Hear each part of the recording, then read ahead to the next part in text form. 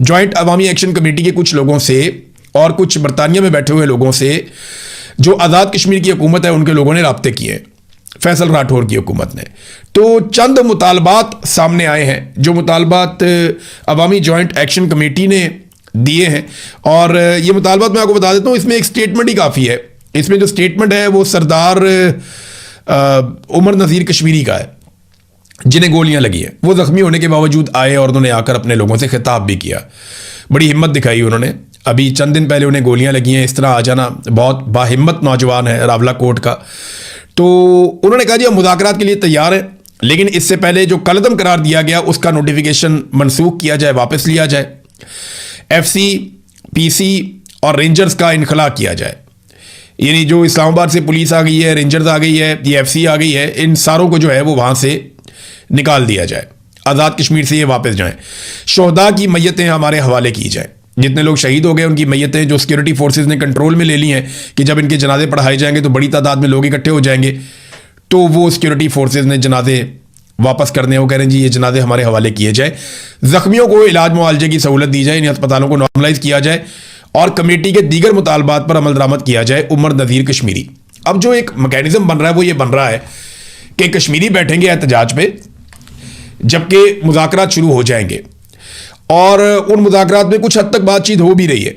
और मुज़ाकरात में सबसे पहली चीज़ें जो मुज़ाकरात को शुरू करने के लिए जो पहली शराइत है कि हम बैठते हैं, ठीक है, सबसे पहले आप यहाँ से सिक्योरिटी फोर्सेस को हटाएं, नंबर 1।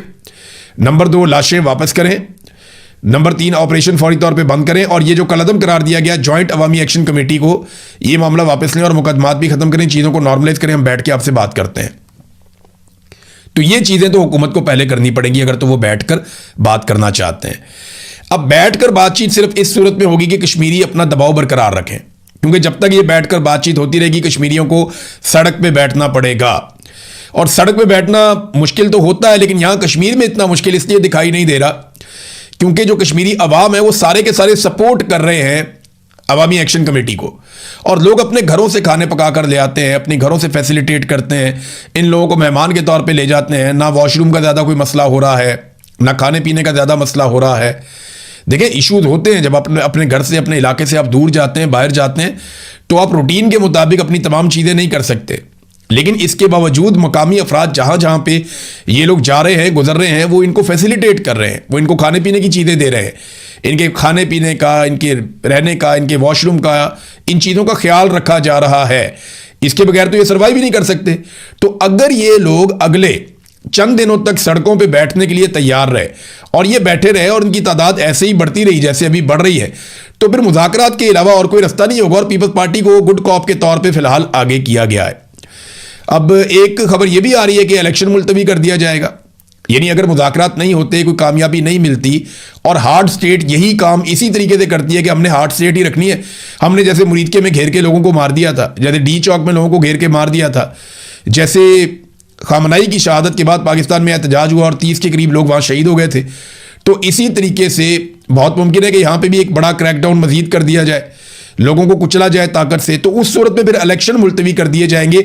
ये डिमांड पाकिस्तान पीपल्स पार्टी ने की है और वहां पे फड्डा इस बात पे पड़ा हुआ है कि आपने जो एडमिनिस्ट्रेटर लगाना है ना, वो पीपल्स पार्टी का लगाना है बंदा। यानी अगर आप इमरजेंसी लगाते हैं या आप इलेक्शन मुलतवी करते हैं तो आपने पीपल्स पार्टी का बंदा जो है वो कंसिडर करना है, हमारा बंदा लगना चाहिए। आज़ाद कश्मीर के अंदर PMLN का बंदा नहीं लगना चाहिए। अब इस किस्म की चीज़ें भी अंदर खाते डिस्कस हो रही हैं।